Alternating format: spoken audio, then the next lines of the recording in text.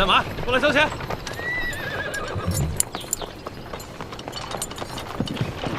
慢点啊！怎么了？我们要过去。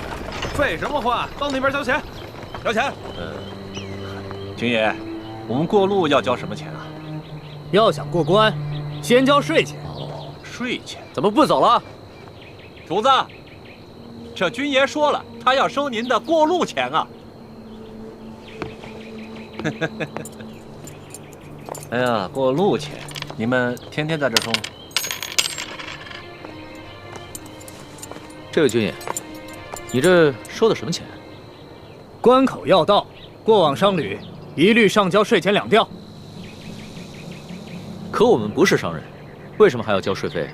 不管你是做什么的，只要从我这路口过，就得交钱。这大清立国30余年，怎么没有听过这样的规矩？少给我啰嗦！哎，干嘛？干嘛？哼，看你像个贵公子模样，2吊钱拿不出来，不想出钱就别从我这过。好，这钱我出，不过你得告诉我，是谁让你们在这收钱的？这是我们知县大人的命令，你还想怎么着？龙小爹，这一个小小的知县就敢巧立名目胡乱收费，再大点的官可了得呀！哎，回去告诉你们大人，就说他头上那顶乌纱帽很快就要保不住了，知道吗？我们知县大人朝廷里有人，就你们，算哪根葱啊？我们算……行了，咱先别说了，别耽误了主子的正事儿啊！哎，把钱拿过来。这次出巡，看来真是出对了。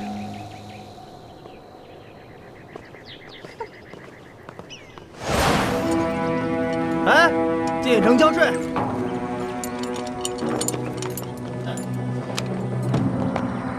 军爷，你们这儿进城还交钱啊？交啊，每车5钱。每车收5钱？又怎么了？主子，这位军爷说了，进城的车辆收税，每车5钱银子。车辆进城也要交税啊？你们还有没有王法？王法，知州大人就是这儿的王法，这命令可是知州大人亲自下的。来吧，给钱。行。哎，你们呀，真的不知道什么叫王法。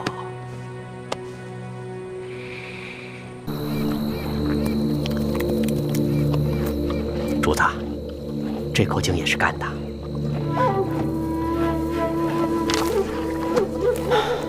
进入山西以来，这旱情是越发的严重了。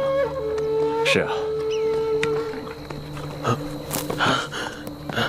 老人家，这口井也没水了。啊，这儿也没水了。哎呀，这可咋办呢？老汉家的水早就喝光了，此去我女儿家中，这还有10几里路呢。老人家，我这儿还有一壶水，你先拿去吧。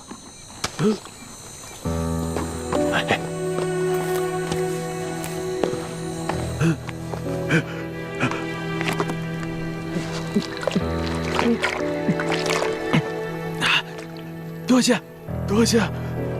老人家，此次的旱情涉及多大的范围啊？多大范围？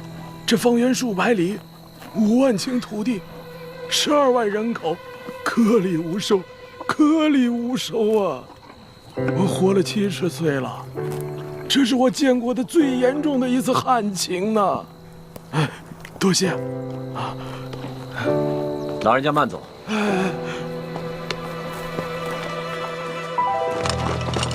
主子，启禀主子，这个小村庄有几十户人家，房子都挺干净的，咱们借宿没问题。只是这村子人烟稀少，好多房子都空着，显得有些诡异。为什么？这些民房都好好的，有一些一看还是新翻修过的，怎么会没人住呢？是啊，房子是挺新的，就是没人住。也许这儿不久之前遭过匪患吧。这户院子里倒是有炊烟冒出来，应该有人，我去看看。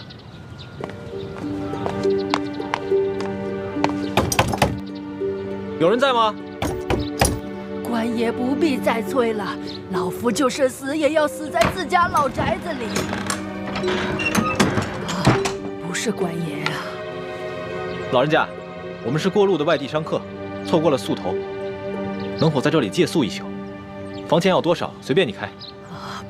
不必给钱，我们这个村子什么都缺，缺水，缺粮食，缺人，就是不缺空房子。你随便住吧。老人家，此话怎讲？村民们都去哪儿了？我们这个村子遭遇了几十年不遇的旱灾，村里只剩下一口老井，每晚能渗出一点点水来。但凡有点办法的，都出去投亲靠友了；没亲没友但还迈得动腿的，也都到外面去行乞逃生去了。哎呀，只有我这等老弱病残在这儿等死。可是官家还逼得我们……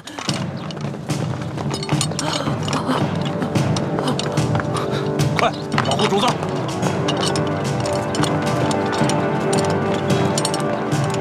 这两个人好生眼熟，是不是在哪儿见过？主子，这两个就是那日在客栈里调戏世淑姑娘的人，其中那个领头的把总还被主子教训过。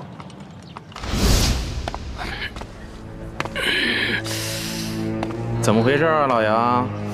这还是个高手呢。吃瘪了吧？哦。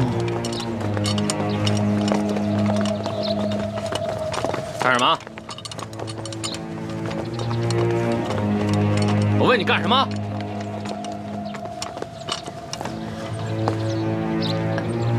杨婆子，我还正纳闷呢，就凭你不敢抗命啊？原来是有这么一门富贵亲戚。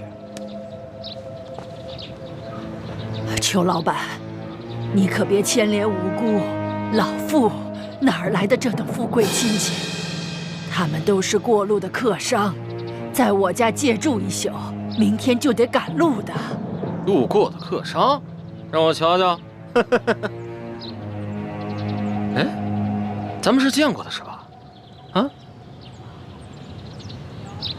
哟，姑娘，你也在这儿呢，真是缘分呐！你是谁啊？我根本不认识你。你还好意思说呢？那是在客栈喝醉了闹事，他就是被我教训的那个。哎呀，羞死人了！原来你还是个朝廷命官呀！那日你当众调戏我家的丫鬟，就已经失了体统。你还追到这个村子来，没完没了了是吗？你老杨，咱们今天来办正事儿的，你还穿着官服，收敛一点。也对，老子懒得理这些外乡人。几位，老子是来办公差的啊！杨婆子，怎么着？今儿个你是搬呢，还是不搬呢？不搬，老夫就是死也要死在我自己的房子里面。你敢公然抗命是不是？你是不是不想活了？老人家，你是不是将房子作价卖给了他们？卖给他们？客官，这房子是老夫夫家留下来的祖产，房子后面还有几亩良田，老夫家祖孙几代人就靠这点良田生活。如今虽然不幸遭遇了旱灾，可老夫也舍不得变卖这个祖产呢。这个裘老板仗着官府里有人，随便给了仨瓜俩枣碎银，就要强行圈走咱们整村的房田地呀！你闭嘴！老不死！裘老板给你安置费已经是大发慈悲了，你还敢在这里计较或多或少的？你信不信我现在就捆了你？行了行了，杨婆子，圈地的文书是巡抚衙门发的，你向几个过路的客商诉苦，有用吗？可是在下听说，顺治爷曾下过明诏，废止圈地。几位是读书人吧？啊，哼，看着就像，带着那么一股子迂腐劲儿。古往今来，这皇帝总说王子犯法与庶民同罪，但谁曾见过哪个王子犯法真与庶民同罪？就算是在皇城根底下，那些王公大臣不也是一大片一大片的圈地吗？皇上不也是睁一只眼闭一只眼吗？几位是过路的客商，我劝你们别多管闲事。听清楚了吗，老太婆？明日一早，我就带人来这里破土强拆。届时你还没搬走的话，那我就把你埋在这破房子里。老夫就在这儿等着你们，我就是死也要死在我自己的老宅子里面。哼！巡抚衙门令，凡是胆敢公开对抗官府者，皆按谋反论处，格杀勿论。所以今天老子就是杀了你，也是在执行公务。最后再问你一遍，搬还是不搬？不搬。那明白了。你既然铁了心不搬了，那也好。那你今天晚上就吃得饱饱的，免得明天做个饿死鬼啊！呸！看什么看？小心我把你双眼给挖出来！哟，瞧瞧，富商家的丫鬟都不一样，脾气这么大，挖我眼珠子！来来，挖，退下！干什么？真想打架呀？看清楚，爷可是巡抚大人的直属亲兵。你们要是真敢跟我动手的话，那就是造反！来呀，老杨，几位，老杨，这几个人呢，出言不凡，气度也不凡，像是有些身份的，别节外生枝。先回去，啊，先回去。走，几位，请吧。梁毛的，到底搬还是不搬？你可要想清楚了。诸位，告辞。哎，主子，这几个混账东西不给他们点教训啊？这些都是虾兵蟹将，没用的。老人家，再多吃点吧。不瞒你们说，我都半个月没见米香了。不怕你们见笑，我都喝了5碗了。老人家，听说这山西旱情已经惊动了朝廷，朝廷也已经拨了大批的赈灾物资，你们都没有分到吗？赈灾物资？哎呦，咱老百姓连1粒米都没见到过，一点都没有分到，1颗米粒都没见到过。老人家，我看你这儿冷锅冷灶的也有一段时日了吧？不是圈地有安置费吗？为何不拿这些安置费去买些粮食啊？别提安置费了，姑娘啊，不瞒你们说，就我们这样的地，按理来说，好歹1亩也值4、5两银子，可是上面他们只肯给1两啊，而且层层盘剥下来，有些关系的、运气好的，也只能拿到几钱呢。像我这样的老不死，就只能拿几个铜板。老人家，这圈地一事已经违反了朝廷的政令，你们为何不上告啊？告？去哪儿告啊？老夫的儿子先去县衙告状，被他们拉了出去，一顿毒打，还给他胡编了一个什么罪，被他们连打带吐，回来以后连伤带气的，没多久就扔下老夫去了。老夫的孙子不服气，借了些钱去太原府鸣冤，也被巡抚大人当盗贼发配关外，至今未归，一去不回，还怎么告啊？还有这等事！这山高皇帝远的，这圈地的人可是个通天的人。通天是当朝的大红人鳌拜，你知道吧？听说过。山西巡抚刘德昭，他就是鳌拜的门生，还有那个圈地的裘老板，他就是刘德昭继娶的夫人的小舅子。您说还到哪儿去告啊？可是听说鳌拜不都已经被皇上给查办了吗？你知道吗？瘦死的骆驼比马大呀！鳌拜这些年提拔了多少门生亲信，他们都大权在握，盘根错节，连皇帝都忌惮他3分。不然为何皇上就只把鳌拜捐进了呢？这官场上的事儿说不清，万一哪一天鳌拜东山再起，可怎么办呢？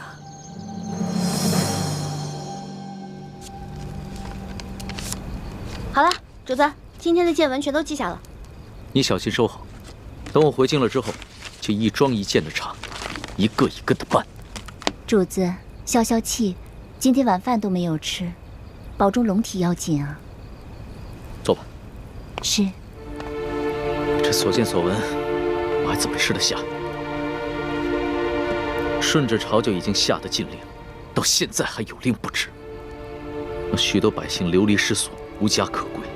最重要的是，他们还敢鲸吞朝廷的赈灾粮款。你爹爹的密奏，所言非虚啊。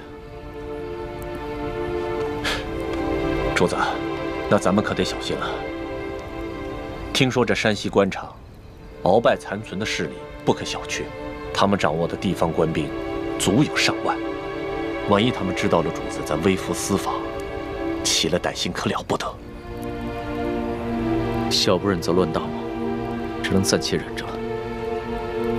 可是，他们明早就要来强拆了，这些百姓们该怎么办？那个叫杨八狗的，还有刘德昭新老婆的那个小舅子裘贵吧，他们一个个都是心狠手辣的角色。如果咱们一走，那几户宁死不搬的村民不得被他们活活给弄死啊？不会吧？这村子里还有几户人家，10几口人，我不相信他们敢全都杀了。主子还别不信，我在山东行医的时候也遇到过类似的事情，也是有几户村民不肯搬迁，那圈地的是鳌拜府上管家的表弟，直接派人在半夜里放了火，却推说是他们自己不慎烧了房子。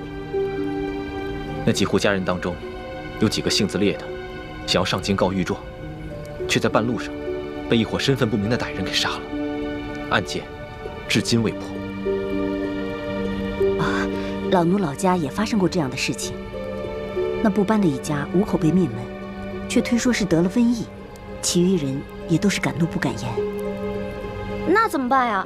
咱们可得救救他们呀，不然咱们走了，这些老百姓不得被那些豺狼给吃了？可现在书见伤势危急，我必须尽快赶过去看一看，听他详细汇报山西官场的情况。只有掌握了足够的证据，才能把这些豺狼一网打尽。那我们就眼睁睁看着这些豺狼把人给吃了吗？哎，师叔姑娘，现在主子的安危是最重要的。这俗话说得好，强龙不压地头蛇。主子您的身份是万万不可暴露的。这样吧，待会儿我们进村查一下，然后再做打算。这，哎，主子，您瞧，那户人家好像有人哎，你听，他们好像刚生完孩子。只可惜，明天一早就得拖家带口背井离乡。可怜的孩子。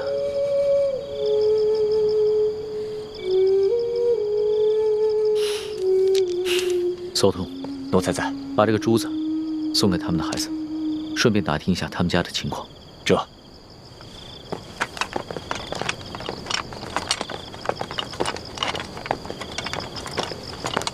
李欢呢？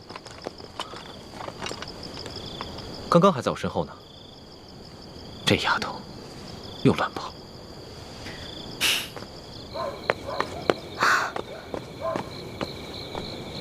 哎，我明明听到有人求救的呀！救命啊！快走！救命啊！站住！干什么呢你们？当兵的居然强抢民女啊！嘿呦，瞧这小脸够水灵，要不一起带回去吧？舅老爷见了一定喜欢。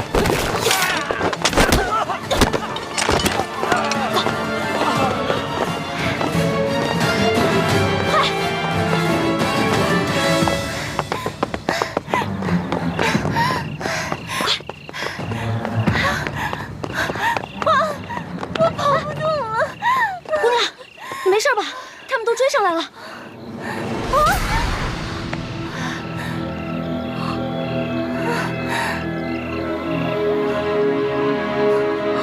天哪，她怎么长得这么像徐姐姐？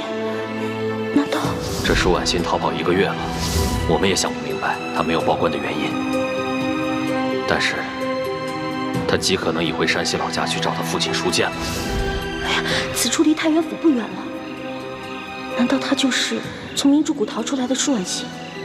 可是她一个弱女子，为何不报官，却要独自千里迢迢逃回老家呢？花儿，一欢，花儿，你在哪儿啊？在哪儿啊？一欢，来，姑娘，咱们躲这儿，快点，就这儿啊，快！哎，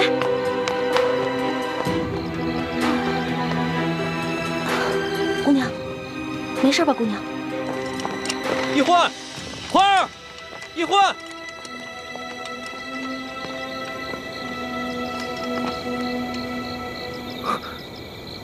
屋里好像有欢妹的呼吸声，但似乎还有另一个微弱的呼吸声。欢妹竟然没有发声，定是事出有因，不便现身。这丫头跑哪儿去了？这丫头真是太不让人省心了。一欢，没事吧？你脸白成这样，是不是特别饿啊？来，姑娘，吃吧。啊，谢谢。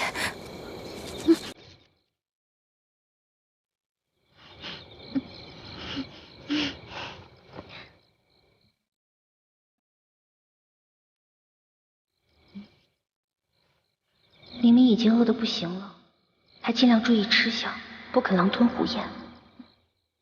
看来应该是出身名门的大家闺秀啊。不好意思，我已经2天没有吃东西了。谢谢女侠仗义相救，谢谢女侠。别，太客气了。姑娘，我看你也不像这个村里的人，你为何一个人啊？你从哪儿来啊？要去哪儿啊？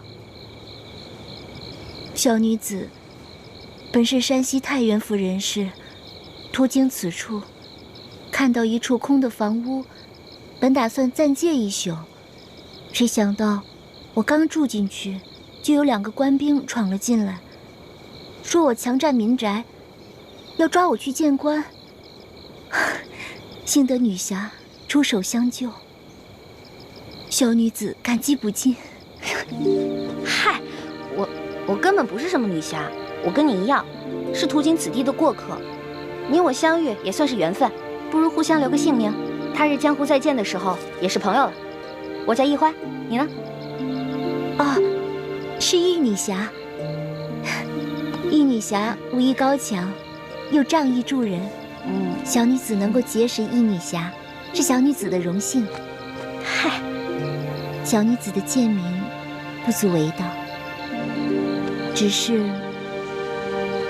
我这出门在外，身上的盘缠没有带足。易女侠家住何处啊？小女子平安回家之后，一定备下薄礼，登门致谢。口风倒是挺紧的，不肯说自己的姓名，反倒盘问起我来了。谢就不必了。我看咱俩年龄相仿，我是顺治12年5月初4生的，不知道该管你叫姐姐还是妹妹啊？小女子出生于顺治11年3月初8，可不就是舒婉欣的生辰？那你比我大，我应该叫你姐姐。姐姐，你一个人手无缚鸡之力，怎么就跑到这儿来了？也没个伴儿陪你啊。2个月前，家父把我献给一个有权有势的男人，那个男人要在很多姑娘当中挑选妾室，我是备选之一。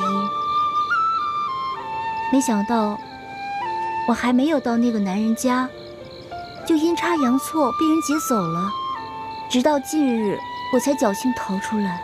这个有权有势的男人，指的应该就是龙小蝶了。还有此等事情啊？那你逃出来以后，为什么不去报官啊？你现在难道要去找那个有钱有势的男人啊？不是这样的。我未曾去报官，是因为那些劫走我的人固然可恶，但是我不恨他们，反而心存感激。为什么呀？家父把我献给那个有权有势的男人做妾，并非出于他的本意，实在是那个男人太有权势，家父不敢违逆。因此，我在心里早已发了誓，若被那男人选中为妾，那我便以死明志。其实那个男人有权有势，也是个不错的归宿啊。你宁死不从，莫非？我看你戴的这块玉应该是鸳鸯玉吧？你戴的这块是雄的，那雌的那块，莫非姐姐已经有心上人了？啊，那我明白了。怪不得你从劫匪那儿逃了以后不去报官，你现在是想去找你心上人啊？实不相瞒，我自幼丧母，和爹爹相依为命。我是真的想在我出走之前，悄悄回一趟家，去看看家父最后一面。他说去看家父最后一面，然后就私奔。那如果他发现他爹快死了，那他肯定就忍不住露面了，这不就麻烦了吗？这院里有人！嘘，一群窝囊废，这事儿还得麻烦我。行了行了，想不到这姓杨的居然能听出我们的呼吸声，那我肯定应付不了，不如叫救命吧。不行啊，要是这样就惊动了龙小弟和索额图，那就更糟了。姐姐，我们躲到那边去吧。走。好。快。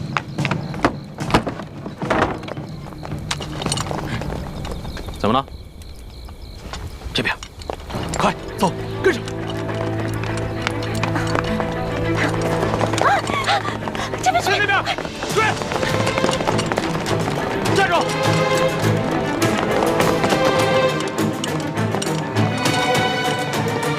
这一关到底跑哪儿去了？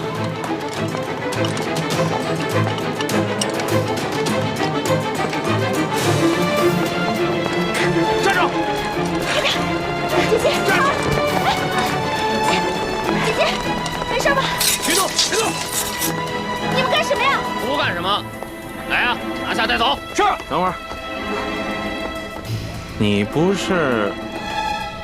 哎，老杨，哎，啊，这丫头不是跟那几个富商在一起的吗？啊，怎么了？我总觉得那几个富商没那么简单。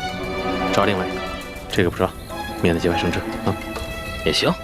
啊，兄弟们，把这个带走。是。快走！不行，姐姐，后面，姐姐，快走！不行，快点！姐姐，姐姐，别喊了，现在没人能救。那边有好多人声，去看看。好，老实点，走。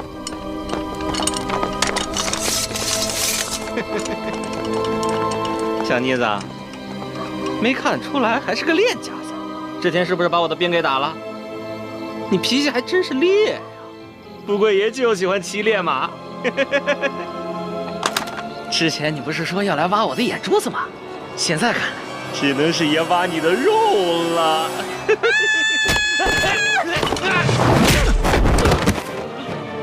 老大，你没事吧？我没事，没事。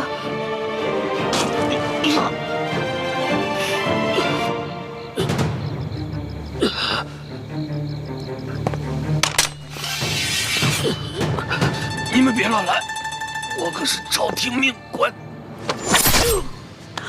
主子，他敢轻薄一环，死有余辜。你见杀了他已经便宜他了。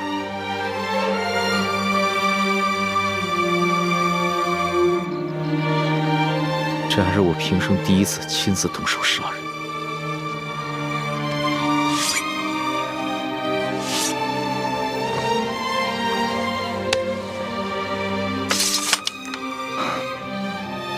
杀害朝廷命官可是大罪，这样一来，很容易暴露身份。杀了就杀了，想办法善后。这3更半夜的，你到处跑什么呀？喊你你也不应，你知不知道我们很担心你啊？我是晚上没吃饱饭，本来想看看村里没有什么鸡，填饱一下肚子，结果找了一圈没有，就遇上这个坏蛋了。饿死鬼投胎啊！天天就想着吃，除了吃你还能知道什么呀？我还知道饿。你看看你这个妹妹，脑子里装的都是什么东西？陈妹从小生活艰苦，所以一有机会就惦记那张嘴，让主子见笑了。我知道，你们曾经都吃了不少苦，但现在跟了我，会保你们一世荣华富贵，再不受半点苦头。谢主子恩典。主子，光让我们2个不受苦也不行啊，你要让全天下的老百姓都不再受苦才是，这才是最重要的。我知道，我的老大虽然贪吃，但不贪心，更不自私，心里边天天装着天下百姓，真是我的良师益友啊。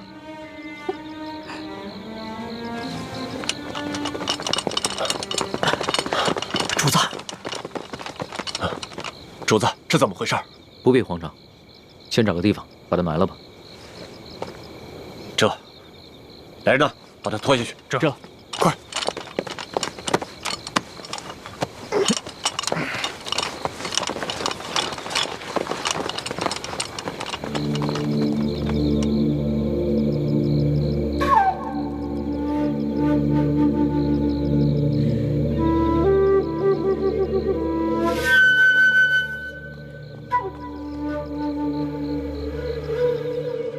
主子，那个杨八总的尸体，我已经在外面埋好了，同时奴才安排了人手守住了各个路口，现在连只苍蝇也不会再飞进来了。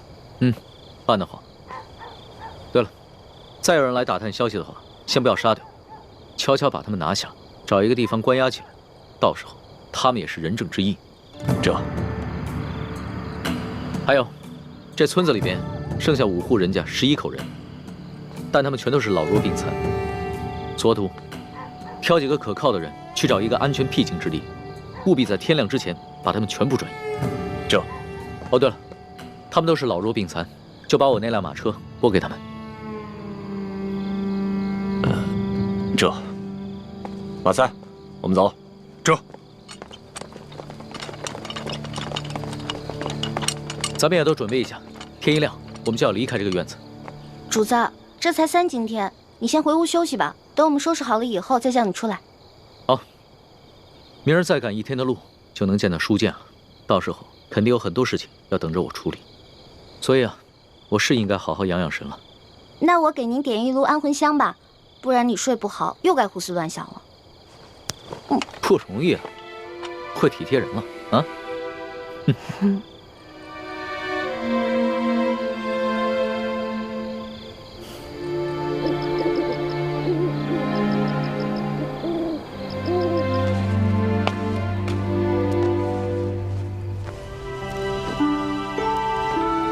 主子睡着了。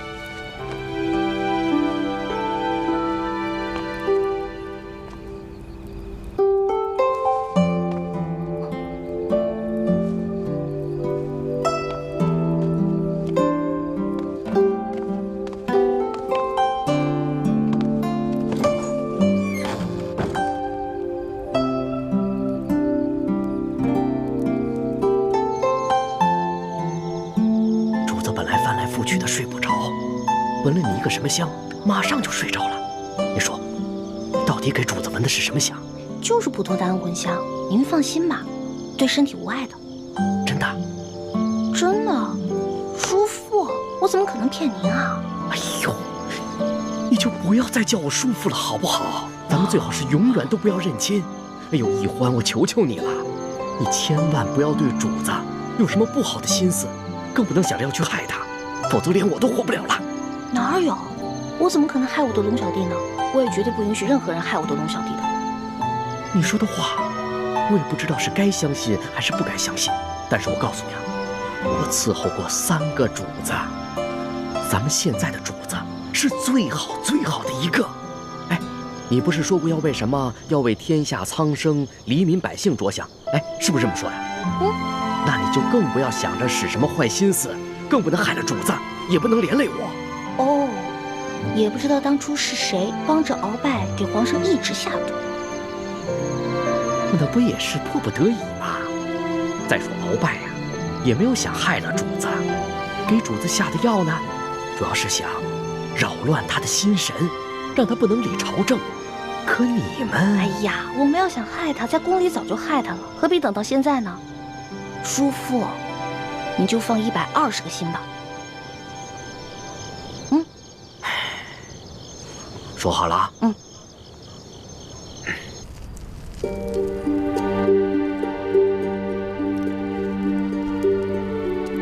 我给康熙下的暗魂香的分量很轻的，索额图在安排村民，很快就会回来，咱们得抓紧时间。你能确定那姑娘就是舒婉心吗？我看看。当然了，我生辰都对了，错不了。幸好他被刘德昭的小舅子给抢走了，否则被索额图发现，那可就麻烦了。可他现在落在恶霸手里，不定后果怎么样呢？咱们得去救他。都什么时候了，你居然还想着去救舒婉心，怎么敌友不分呢？六师傅，他不是咱们的敌人，他是无辜的。他威胁到咱们的大业，那就是我们的敌人。可是你这话说的不对，六师傅。怎么不对了？我们替先帝报仇，光复大明，那才是大是大非。这些小事情根本就不用计较。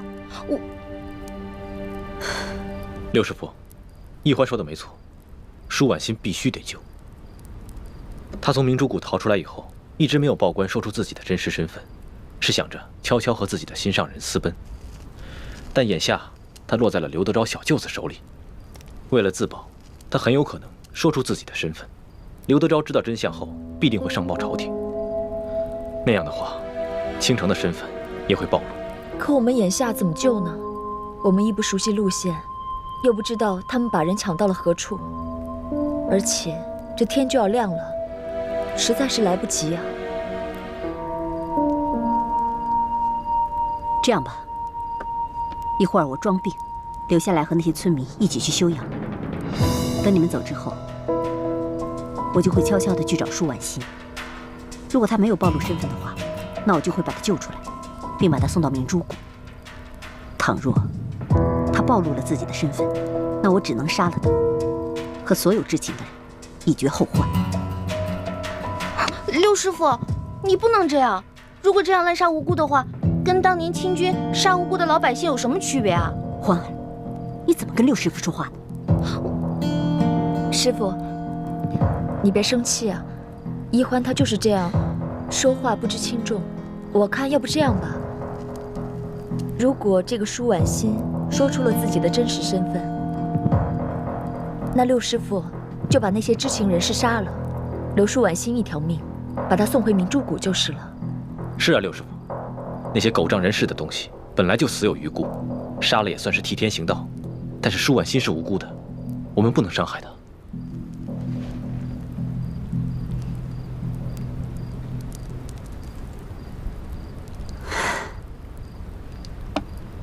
既然太子都已经这么说了，那就这么决定吧。谢谢六师傅。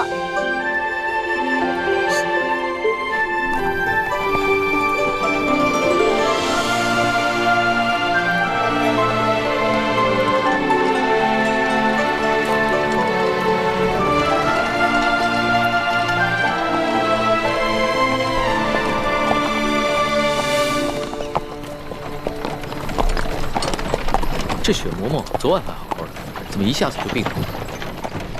其实昨天白日里，雪嬷嬷就有些不舒服，她只是在硬撑着，没敢禀报主子。臣妾已经拜托那些村民照顾她，想来养上几日也就没事了。只是她这一病，你就没人伺候。主子能够恩准臣妾出宫省亲，已经是对臣妾格外开恩了。这些小事情，臣妾自能克服。还是你省心，不像某些人，就知道给我添乱。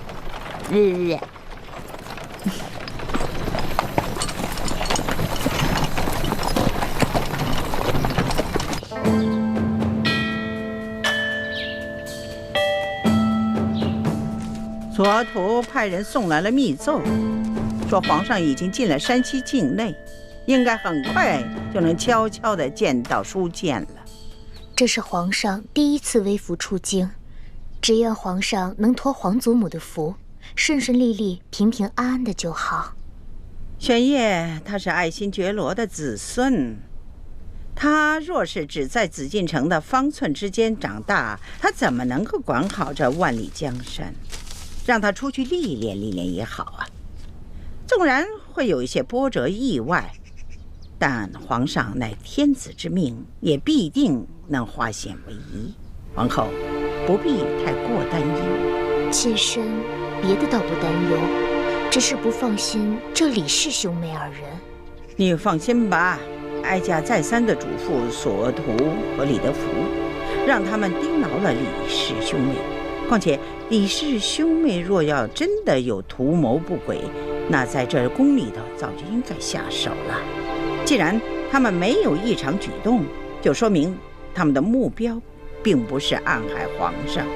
此次山西之行也能让皇上和我们大家都能看清楚，这李氏兄妹值不值得信任。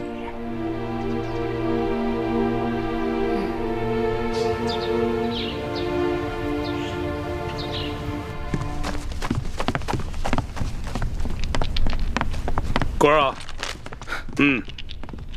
杨八总找着了，找着了。不管他说出什么理由，先拖出去给我打50军棍。此风不可长啊！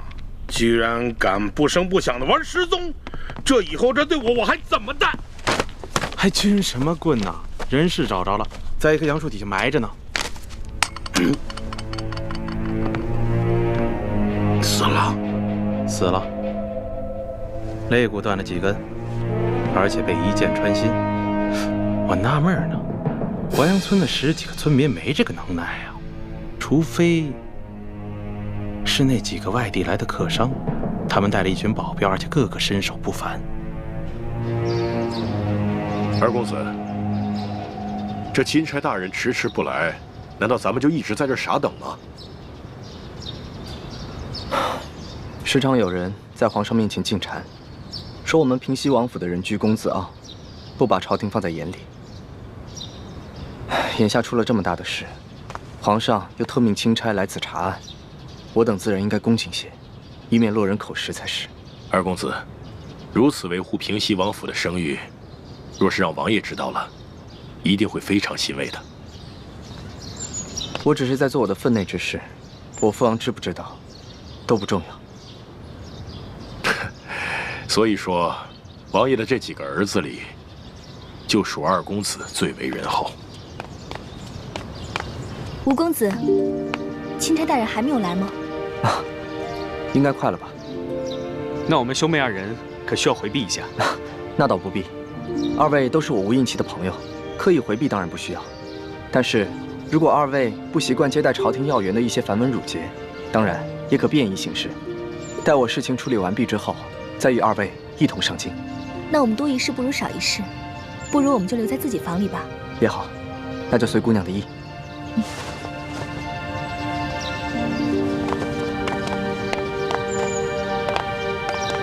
秋贵啊，你的意思是说，杨把总是被这几个客商所杀？要我看，不但杨把总是被他们杀的，连那10几个失踪的淮阳村民，也跟他们脱不了干系。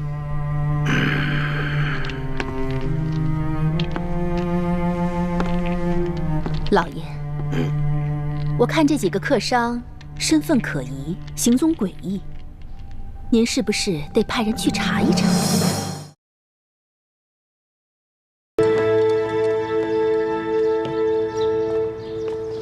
不知可是钦差大人到了？正是。二位是？卑职乃平西王麾下副将石青红。这位是我家二公子。你说的不错，这位就是钦差大人，姓龙，龙大人。吴应奇参见钦差大人，大人辛苦了。二公子果然是风神如玉，真是一表人才啊！是，虎父无犬子啊！钦差大人过奖了。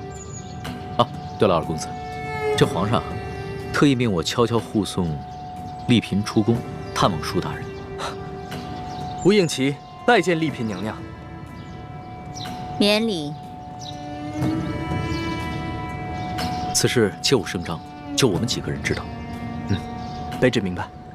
舒大人现在的情况怎么样了？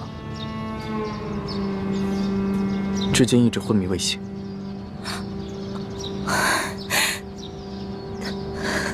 丽嫔娘娘，别伤心了，说不定等会儿舒大人见到娘娘，就会醒过来了。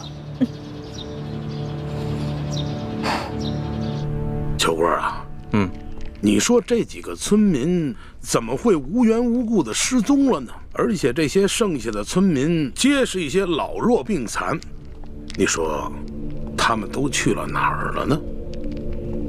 要说他们杀了杨把总，是因为杨把总调戏了那个客商的婢女，他们失手杀人再埋尸，这说得过去。可是为什么要带走那10几个村民呢？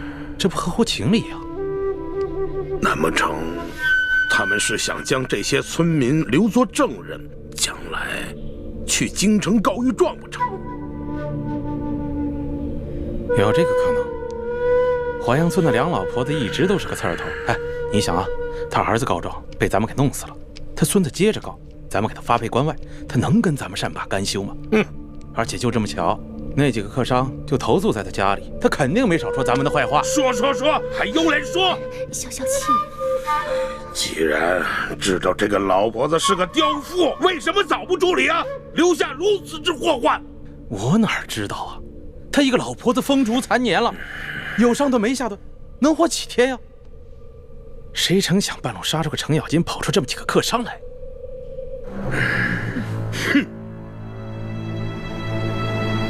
听密报说，这收件前1个月以前，曾向皇上上了一道密折，举报我和整个山西官场的官员。当时皇上忙于敖中堂的事情，所以将此密折留中未发。现在敖中堂已经被皇上给捐尽了，看来这皇上可以腾出手来，有时间整顿吏治了。难不成那几个神秘的客商是来自京城的密使？什么？什么意思？什么意思？来干什么来了啊？你慌什么？我告诉你，现在整个山西的官场那就是铁板一块，只要舒建一死，任谁都查不出什么。你说的轻巧，舒建什么时候死啊？他什么时候死？就最后这么一口气，他什么时候咽？他绝活不过今晚。哦。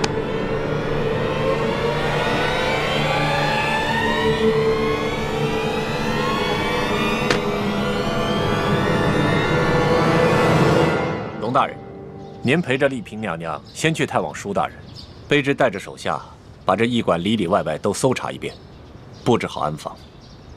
好，去吧。这，走。丽嫔娘娘，龙大人，这边请。娘娘。二公子，刚刚我家老爷醒过来了。他们真是皇恩浩荡啊！这丽嫔娘娘和钦差大人一过来，舒大人就醒了。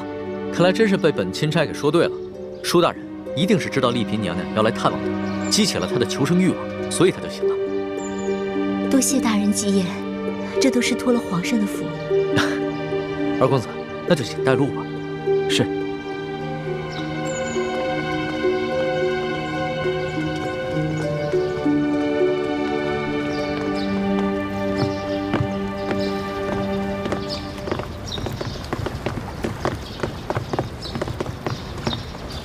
娘娘，舒大人就在这个房间养伤。哦，对了，皇上有一封密诏要我单独交给舒大人，有劳二公子先行回避一下。啊，好，那我等告退了。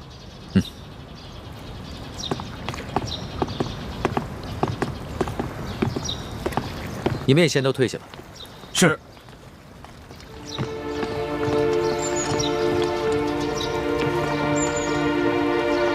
一欢，你们3个就先在门口候着吧。好，这婉欣，等会儿见到你爹，一定要控制住自己的情绪，千万不能太过激动或者悲伤，要不然的话，很可能会刺激到你爹。这样的话，他的伤势很可能会更加严重。是，臣妾遵旨。进去吧。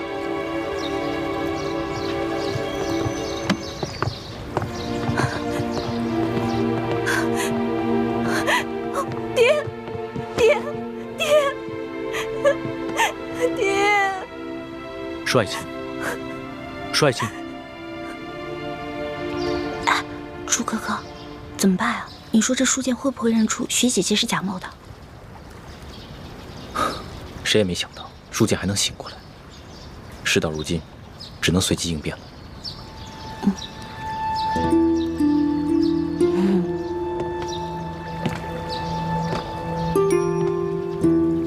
你们两个在悄悄商量什么？什么都没说。我明明看见你们两个在悄悄商。你们一定有企图，我可告诉你们，我在这宫里30多年，好不容易才有今天，你们两个可不能让我连紫禁城都回不了。叔父放心，我保证，你跟康熙都能平安回京。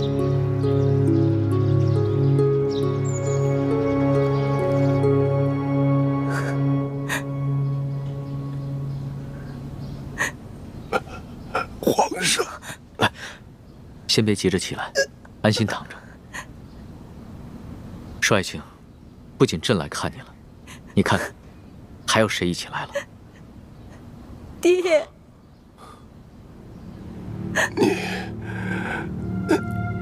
你是？我是婉心啊。婉心，你怎么还戴着面纱呀？啊，臣妾有喜有忧，都糊涂了。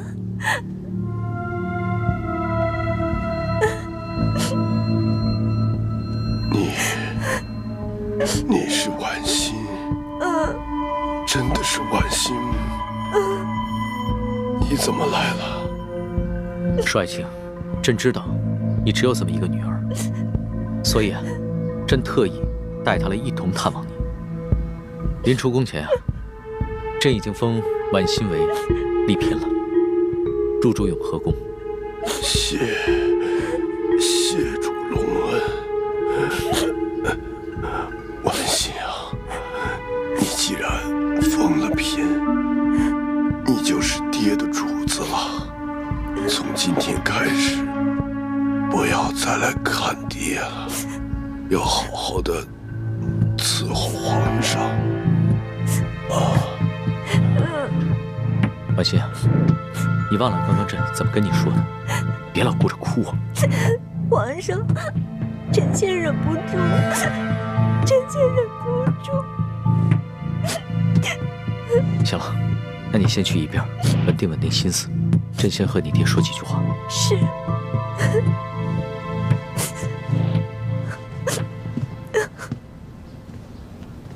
帅庆，朕这一次千里迢迢赶来，一是为了核实你密奏中的几件大事，第二是为了亲自调查你御赐，你到底是被谁所赐？为什么他们要行刺于你？他们是不是因为知道你给朕上了密奏，想要灭口？不是灭口，是想要金钥匙。此刻身手非凡，绝非普通劫匪，是臣拼死保护金钥匙，才被打成了重伤。那你这么说的话，凶手应该已经知道了金钥匙的秘密。你能不能认得出来，他们的身手到底是出自哪里？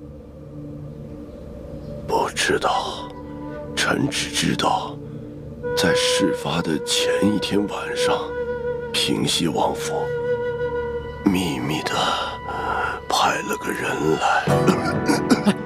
帅庆，婉心，快倒水来。是。帅庆，帅庆。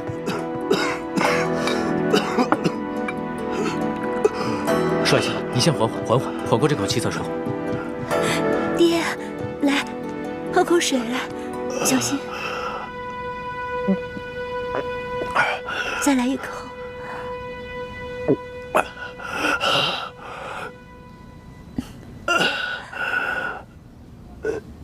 怎么样，好些了吗？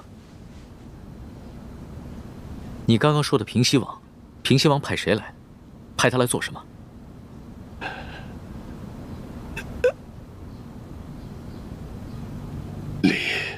丽嫔娘娘，你怎么瘦了这么多，下巴也变尖了？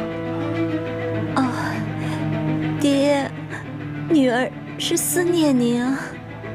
虽说皇上对臣妾特别好，可是女儿没想到爹爹您岁数大了，身边又没个知冷知热的人，女儿这心里就放不下呀。可是你这眼神跟从前也不一样啊。爹，您糊涂了，女儿已进宫数月，哪能跟在家里当姑娘时一样啊？面色怎么也变了？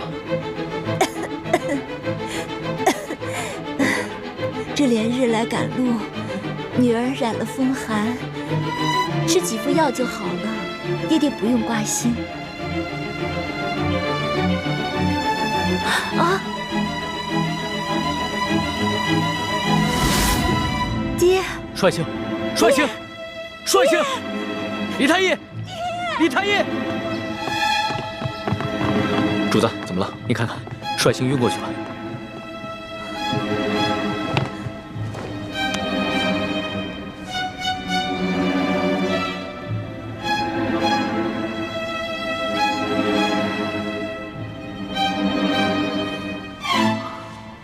主子，舒大人的脉象很不好，只怕随时都可能。啊！那可还有救？真尽量一试。只是舒大人本就重伤未愈，又元气大伤，好不容易见到了主子，还有丽嫔娘娘，难免心情激动，多说了一些话，自然便撑不住了。至少3日之内，不宜再让他受到任何的刺激，更不能让他说话，否则再次耗损元神，恐怕就无力回天了。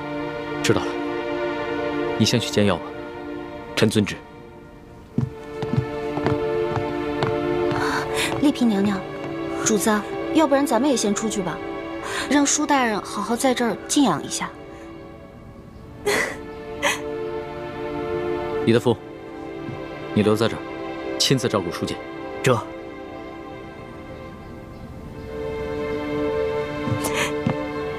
走吧。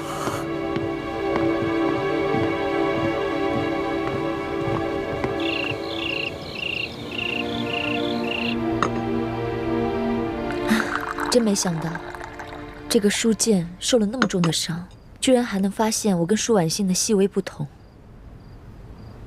多亏我在他的水里下了迷魂药，把舒剑迷晕了。婉欣，快到温水了。是。帅卿，帅卿。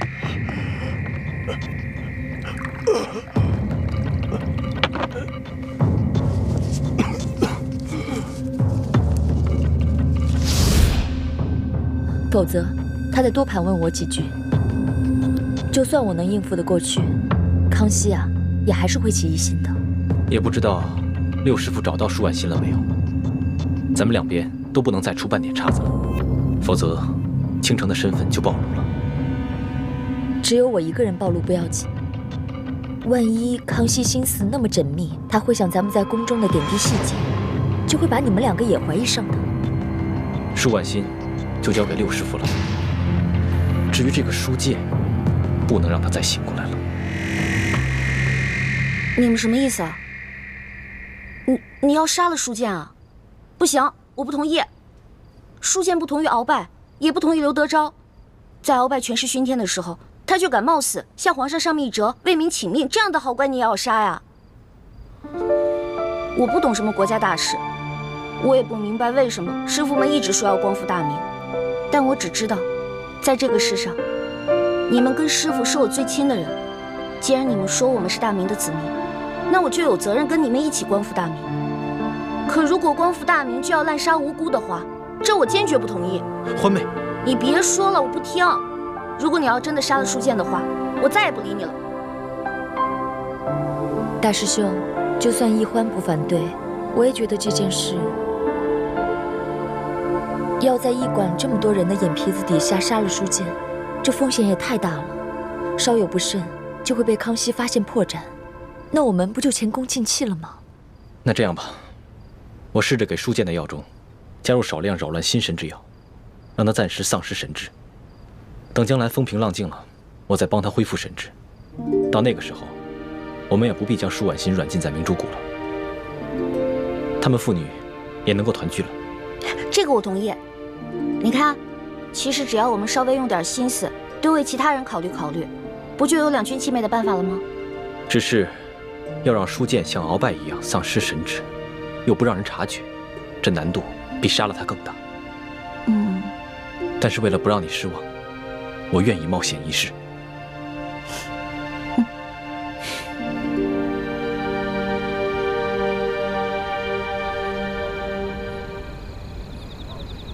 二公子，本钦差听舒大人说，就在案发的前一晚，平西王爷曾经派人来找过你。不错，事发前一晚，我父王确实派人来找过我，只因为我等刚出云南境内，就遭遇了一股劫匪，不仅我父王进贡的一些云南特产，还有一些值钱的财物，全都被劫匪给劫走了。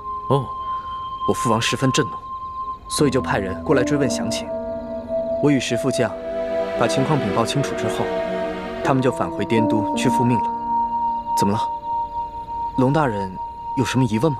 啊，没有什么疑问，本钦差不过就是随口问问罢了。不知钦差大人还有别的要问的吗？没事。那卑职先行告退了。好。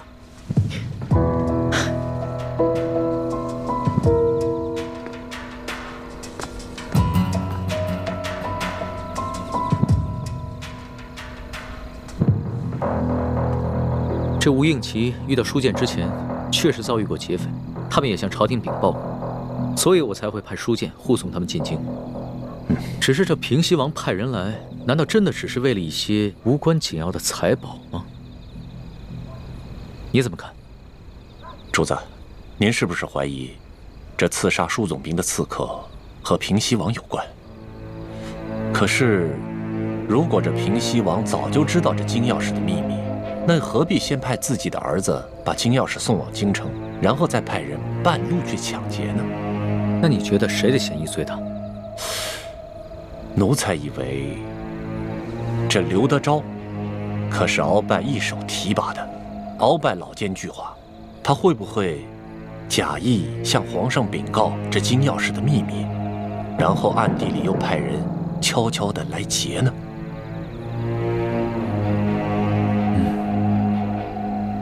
主子，主子，舒剑大人他没了。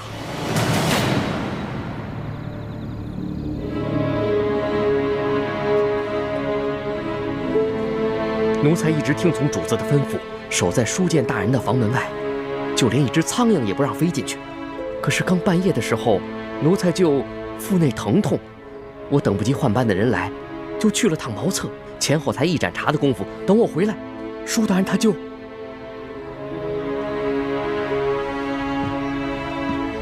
人还是软的，确实刚刚过去。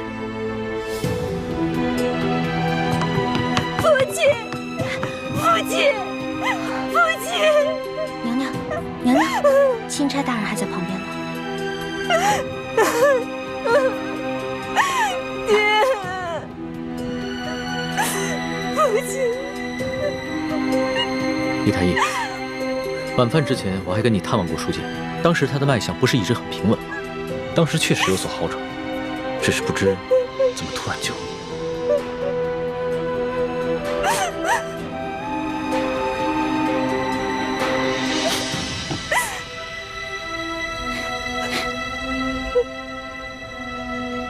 怎么了？有什么发现吗？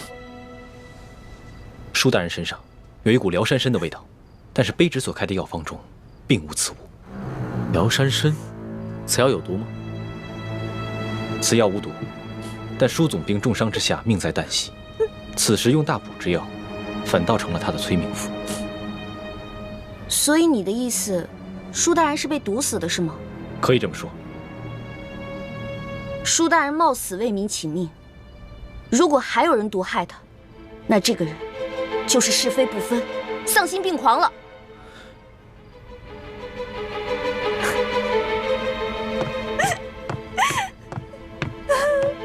主子，卑职已将这驿馆里的所有人等全部都拘押起来了。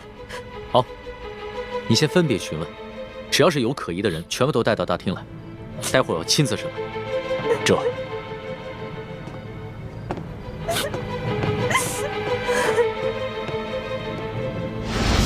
朱哥哥，你实在让我太失望了。欢梅，人不是我杀的。不是你杀的，不是你杀的，是谁杀的？你对我就这么没信心吗？今夜我在叔父的饭菜里放了一些泻药，等他腹痛去了茅房，我正准备悄悄潜入书剑的房间，为他服下迷魂丹，不料我却发现。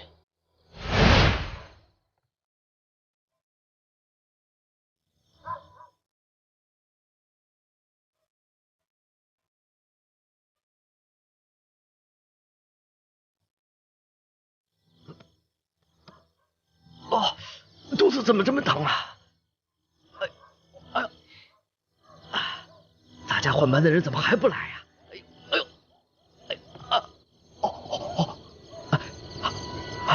哎呦，算了。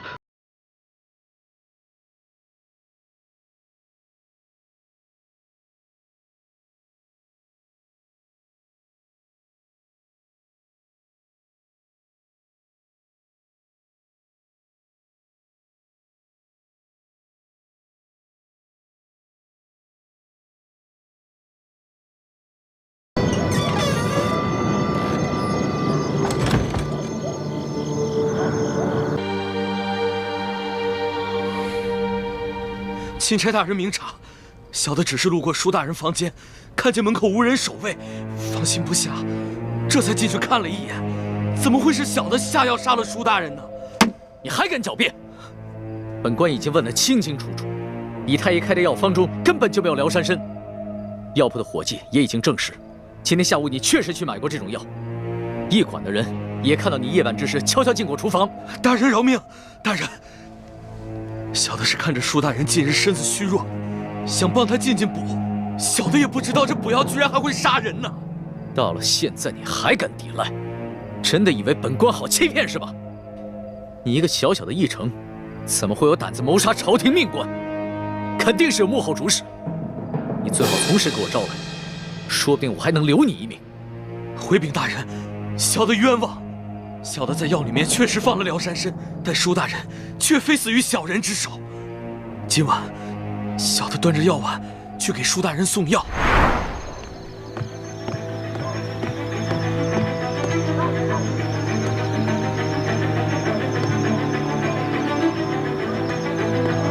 石青红，原来是你！真正的凶手跟小人一样，是用疗山参杀人。小的听见舒大人在临死之前亲口喊出了真凶的名字，就是石青红。混账！你血口喷人！钦差大人，卑职今天晚上一直在二公子房间陪二公子下棋，这一点，二公子可以为卑职作证。不错，钦差大人，今晚石青红一直在我屋里与我对弈，直到听到舒大人身故的消息，我们俩才一起出来。钦差大人，此事非同小可。石青红是卑职的人，此事可是牵涉到平西王府的清誉。我父王历来是效忠朝廷，效忠皇上。我吴应奇也是深受我父王的教诲，对朝廷、对皇上，那是忠心不二。还望钦差大人明察。二公子请坐吧，这点本官自有主张。石青红，你既是整晚都与二公子待在一起，那可有别人作证啊？房中并无他人。房间既无他人，那谁知道你是不是在包庇他呢？这位姑娘，似乎对吴某有些敌意。休得无礼！这平西王乃是国之栋梁，朝中良臣，不可无端猜测。倒是你驿丞，你虽已承认有杀人的动机，可究竟是谁指使你这么干？无人指使，是小的与舒大人有私人恩怨。舒大人官拜3品，你一介小小驿丞，恐怕连给舒大人提鞋都轮不上。何来私人恩怨直说呀？不瞒大人，舒大人曾经因为小事，给了小的一马鞭，小的就此怀恨在心。但舒大人确实不是小的杀的，还望大人好好审问石青红。够了！我平西王府与你素昧平生，你为何硬要将这屎盆子扣在我平西王府头上？小的确实亲耳听见舒大人临死的时候说的是你的名字，小人没有撒谎。你石青红，不得鲁莽。钦差大人自有公道。义成，你本就是一个小小的议程，哪有胆子谋害朝廷命官？你最好老老实实的说出你的幕后主使，要不然的话，很可能会罪加一等，连累你的家人。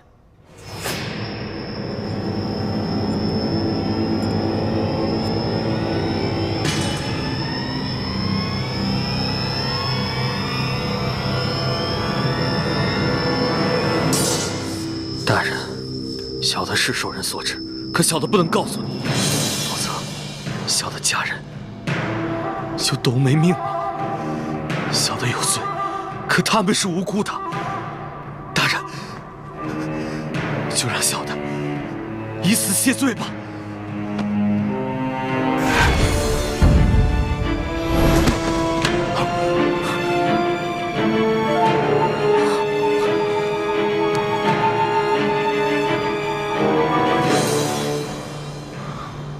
他手下藏了见血封喉的毒药，见势不妙，便咬破蜡丸自尽了。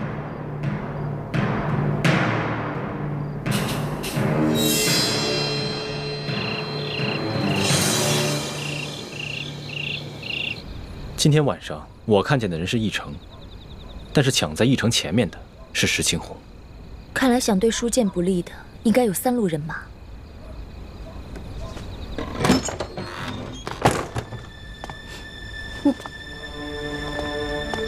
主子，李太医也在啊。一嫔娘娘悲伤过度，我来给娘娘诊脉，开一些疏散之药。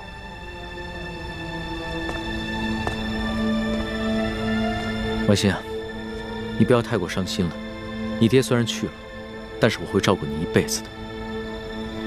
至于你爹的后事，你要是有什么想法，就尽管提出来。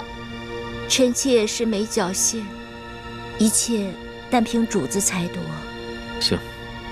那我决定明日一早就护送你爹的灵柩回太原府。虽然这宫里规定，这后宫的嫔妃不能因为娘家的丧事披麻戴孝，但是这是宫外，朕特许你穿素衣，以尽孝道。等回了宫以后，朕再追封你爹为从一品，以慰你爹的在天之灵。谢主子隆恩。哎，龙小弟，你可得为娘娘的爹报仇才是。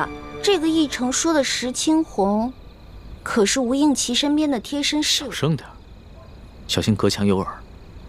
哦，我也怀疑这个人是吴三桂，只是此人极其奸诈狡猾，很有可能在鳌拜身边埋伏了奸细。说不定他送出金钥匙以后，才知道金钥匙的底细，再派人追回也是极有可能的。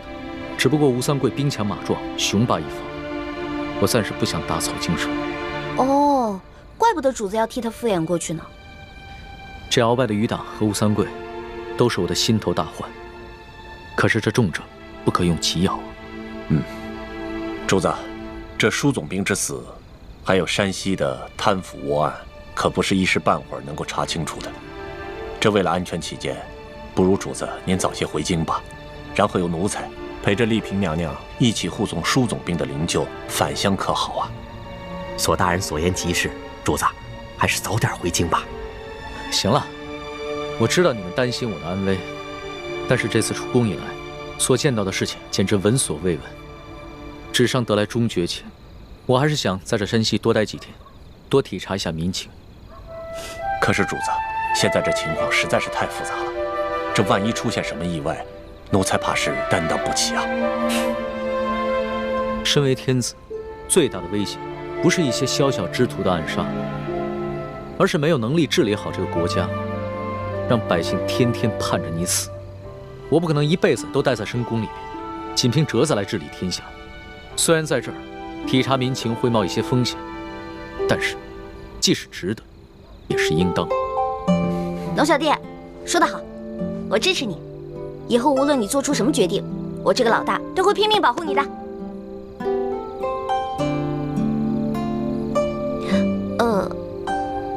反正龙小弟说过，大清吹牛不上税嘛。老大，你虽然力有不逮，但其心可嘉。你这份情，我领了。主子，通宵审案，这天都快亮了，主子还是早点休息吧，保重龙体要紧。我哪还睡得着啊？天一亮，我们就出发吧。这，钦差大人，今天一早，石青红就去了那个义城的家，听其邻居讲，就在前几日，巡抚衙门的捕头在其家搜出一箱赃银，目前他的妻儿老小全都入狱了。本钦差明白了，多谢二公子。哎，钦差大人，我无视父子，无论是对皇上还是对朝廷，那都是忠心不二。还望钦差大人回到宫中，在皇上面前多多美言。那是自然，只不过这未被盗的永历帝遗物，就有劳二公子继续送往京城。咱们就此别过，后会有期。后会有期。大人，请上马。撤！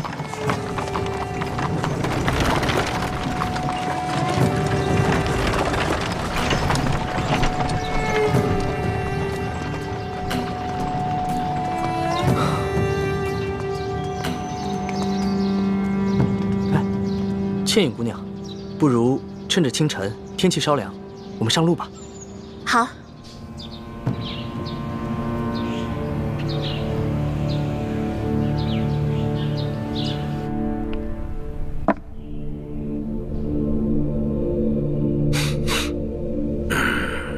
这钦差大人叫龙三，这满朝的官员之中，哪儿来的这号人物啊？这龙大人一行十分低调，一直身着便衣，从不惊动地方官府。一入驿馆，便屏退左右，要与书剑密谈。书剑因伤，未说几句便昏迷过去。义成原想在夜里投毒，结果了书剑，可没想到被平西王府的人抢了先。龙大人不敢得罪平西王，所以就把责任全都推给了义成，逼着他说出幕后的主使。哼，这不是自己给自己找麻烦吗？啊！本来这书剑御册与我们没有一文钱的关系呀。本想着这次可以除却我这眼中钉，现在可倒好，这屎盆子全都扣到咱们自己脑袋上了。大人，义成知道自己把事情办砸了，怕连累妻儿老小，已经服毒自尽，并未供出大人。我告诉你，若是此事深查的话，那还查不出来这义城的一家老小是咱们抓的？这龙大人一看还不明白？现在急也没什么用了，依我看呢，咱们只能是一口咬定，这义城的妻儿老小是窝藏赃款，咱们是秉公办案，只要不让这个钦差找到证据证明书剑的死跟义城有关，那他就根本奈何不了咱们。但愿吧，但愿这个钦差大臣跟以往是一样的，是一个懂规矩、好说话的。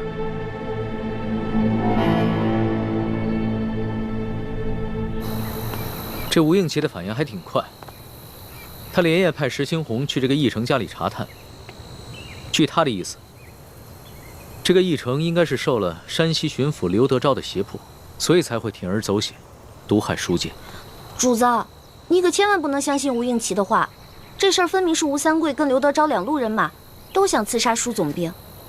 这刘德昭想杀舒总兵，肯定是认为舒总兵手里有他的什么把柄，而劫走金钥匙刺杀舒总兵的人，肯定就是吴三桂那批人马喽。放心吧，我心里有数。龙小弟，你一会儿别骑马了，骑马太辛苦，你还是上车来吧。那可不行，我现在的身份是钦差大臣，怎么可以跟丽嫔同坐一辆马车呢？再说了，这驿馆的风声闹得那么大，肯定已经传出去了。要是我的身份也暴露的话，那可就真的危险了。